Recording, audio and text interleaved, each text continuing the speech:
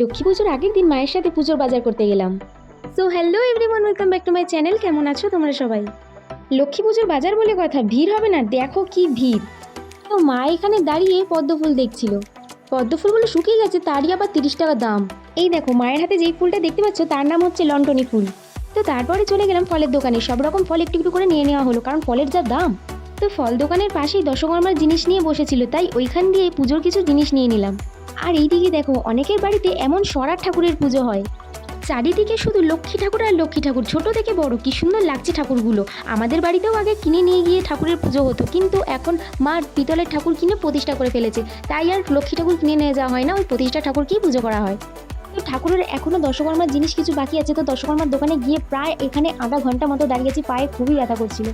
আর এদিকে নারকলের দিকে তো তাকানোই যাচ্ছে না, এত দাম নারকলের। তো অনেক ঘুরে ঘুরে আজকে বাজার করেছি, পা খুবই ব্যথা করছে, তো এখন টোটোয় বসে পড়েছি, এখন যাবো বাড়ির দিকে।